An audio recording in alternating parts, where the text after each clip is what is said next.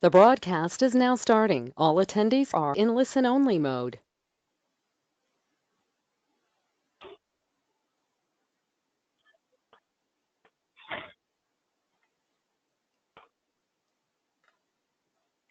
Ariel, would you like to start? Yes. Well, good morning or good afternoon, wherever you might be. We want to welcome you to this webinar sponsored by the Dibble Institute and Mind Matters curriculum. My name is Ariel Meza, and I am the director of a nonprofit working with at-risk boys and young men, and I'm happy to introduce to you the speaker for this morning, or our presenter, who is someone I've worked for the last 13 plus years. Her name is Carolyn Curtis, Dr. Carolyn Curtis, licensed marriage family therapist, and she is the founder of Relationship Skills Center in Sacramento, California. She obtained her doctorate at the Professional School of Psychology, and she has directed the Skills Center, or was the director of the Skills Center, which focused on healthy marriage, and that's where I came in contact with her. Now, over the last few years, she has developed an amazing curriculum, having learned on skills, communication with couples, with individuals.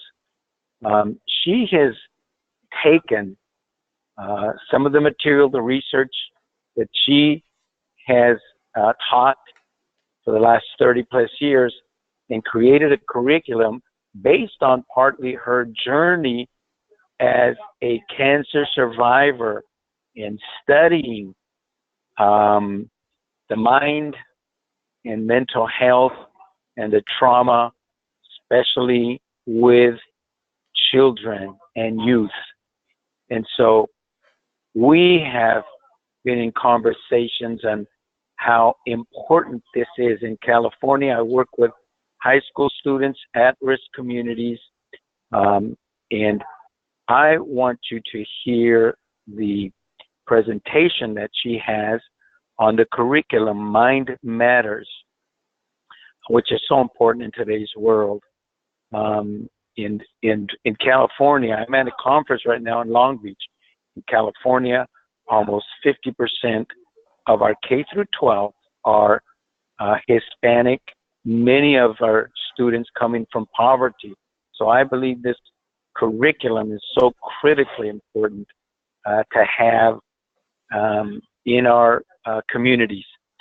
So with that said, I'm going to ask Dr. Curtis to share with us her material.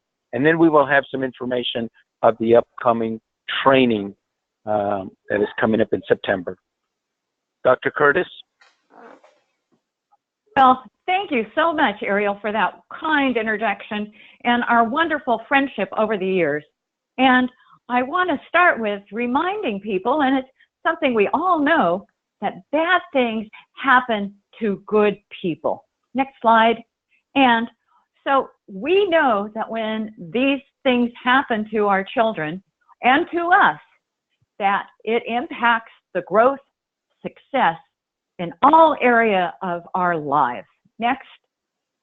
And the biggest question that we have is, what can we do about it? And I want you to know, from my background of running the Relationship Skills Center, I thought if we could just teach people how to have healthy relationships, that we could build healthy families and things would go better. Well, we had some success, but what I found is we never dealt with the underlying trauma that interferes with relationships, and that was where I decided we needed to go. Next slide. And fortunately, a lot of this information was brought forward by a study by Folletti at Kaiser with 17,000 Kaiser patients. And he looked at adverse childhood experiences and how it related to health outcomes. what he found, and this was pretty phenomenal, was that in this group of people, 2/3 of them had had at least one major adverse childhood experience, and about 12% had 4 or more. Well, I have been working in a low-income high school with about 100 students. I found our numbers were a bit different. In this high school, I found that 90% of them had at least one of these experiences, and 45% had 4 or more, and 15% had 7 or more major adverse childhood experiences. And when you look at the list on this slide, you'll know that this just does not cover everything. It's a good start, but it doesn't cover all of the adverse childhood experiences. So many of our students in this low-income community, because poverty is a trauma, and it isn't even on this list. So adverse experiences are common. Next slide. And what we know is adverse experiences change the brain. And this is a slide of a healthy brain, and that is the brain on the left side. And you can see that at the top of the brain, it's bright red. And that's where you want it to be. That's where our thinking centers here. That is where the prefrontal cortex is. And it is very, very active. And when we look at the brain on the right-hand side, you'll notice that there's much less activity at the top, but where all the activity is, or a good deal of the activity, is at the bottom, which is our limbic system, which is our fight-flight system. And this is how an abused brain develops. And this is a slide of the children that were born in the Romanian orphanage. So these children were greatly deprived. Next slide. And what we know is that trauma changes our relationships, our ability to learn, and our behavior. And a lot of times we just think there's something wrong with these kids. But what happens with all this trauma is that they have difficulty trusting, so that's a problem in relationships. It shuts down the top part of the brain, the prefrontal cortex, and that's where we learn. And the behavior comes out of the limbic system because they're more ready to react and respond to situations. So trauma changes how we are and who we are in the world. Next slide. And it's with that knowledge that we developed Mind Matters. And what we did was we developed a new slide. Next slide. We developed a new way of looking at what are we going to do to heal these people, or to help them become the person that is really there. And it means that we operate with a lens of saying, what has happened to this person, rather than what is wrong with this person. Next slide. And what we found is that we have to think of a different way of operating and helping people heal from this. So we can't think our way into a new way of being, but we can grow our brain. My example for this is getting served a piece of chocolate cake. And let me tell you, I love chocolate cake. And it's sitting there in front of me at a banquet. And I say to myself, I'm not going to eat this. And then I take a bite of frosting. And I think you can tell what the rest of the story is, that just telling myself to stop doesn't work. Just saying I'm going to do this differently is not going to work. We have to have a whole nother way of operating and looking at this, which is growing our brain. Next slide. And what we need to do is pair things together that aren't usually together. And this is Hebb's rule, built amazingly to me, developed in 1948, is that nerves that fire together wire together. So as we take experiences and connect them to positive experiences or self-soothing experiences, those negative experiences lose their impact. Next slide. And we have to remember that the nervous system, which is where we're going to work, I want you to remember that slide from the children from the Romanian orphanage.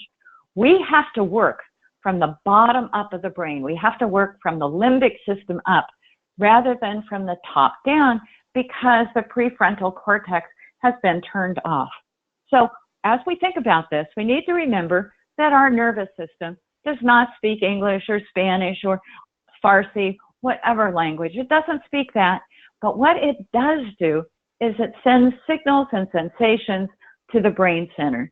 And then the brain interprets these signs and sensations and assign words and meanings to that experience. And it's with this kind of philosophy that we operate Mind Matters. Next.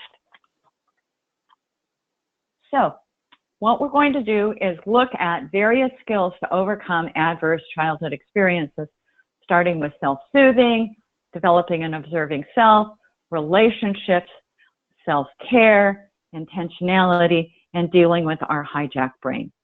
Next slide, and we're going to do this really quickly, so just take it easy. So the first way of looking at healing our trauma brain is teach people self-regulation skills. Mind Matters teaches 6 to 8 different self-soothing activities, and that includes things like breath work, peripheral vision, tapping, and using the wheel of awareness developed by Dan Siegel. So we teach people how to regulate their emotions. Next slide, is that our population has no systematic way of figuring out what's going on. So we teach them how to develop an observing self. And that means they learn how to read their body, and they do a body scan. They develop emotional competence by being able to label emotions. We use the first 5 minutes of the movie Inside Out to help them label emotions. We use the internal family systems and learn how emotions serve as protectors. And then we actually have them go through a system of learning how to analyze what's going on inside. My 7th graders were just ecstatic when they figured out that they could do this. Next slide. The third skill is relationship skills. And so we took the best of mastering the mysteries of love and put this in this curriculum about teaching people how to listen and be empathetic. We also talk about developing support systems so that people can connect to one another and reach out to each other for help. Next slide. What we have is we have to have a new vision and a new life. Most people who've been traumatized have a foreshortened sense of their future. So this is about giving people a chance to look forward to the future and create something new. Next slide. And then they need to know how to develop self-care and take care of themselves. Some of the most exciting part of this curriculum is helping people to get back in touch with their rhythm and their dance. And we have our students find music that's inspirational or culturally are healthy for them, such as in the native population for them to use drumming in this section. So they learn in this program how to care for themselves and develop a comprehensive system of moving forward from their trauma. Next slide. The last one is having them develop self-compassion. So we do not ever talk, in our curriculum, we do not talk about the specifics of what has happened to them because you don't need to be a therapist to run this program. You can be a paraprofessional and run this program. So you can help people overcome this and without ever talking about exactly what happened to them. So we have them develop self-compassion. And part of the message, next slide, of this program and talking about trauma is to remind them that they were not born bad. You had no control over what happened to you, and whatever you did to cope was appropriate. And you can change. And this is the message of our program and on how to have compassion for yourself. And next slide. So, how do you help students or adults who've experienced adversity? We recommend that you take the Mind Matters training coming up in Santa Ana on September 5th and 6th. And you can call this number at 1-800-695-7975 for more information and to register. Thank you so much, and I hope you'll join us. I look forward to seeing you. And Ariel? Thank you for that, Carolyn. And I'll leave you with these words, that there are wounds that never show up in the body, and yet they are deeper. They are more hurtful than anything that bleeds. So we can now make an impact and begin that healing process for many of the youth and adults that we work with. Thank you so much. We'll see you in September, or please contact the Dibble Institute. You can go to their website, www.dibbleinstitute.org, for further information. Thank you very much. Have a wonderful rest of the day. And please call us before August 15th so that we can ensure that there's a place for you in our class.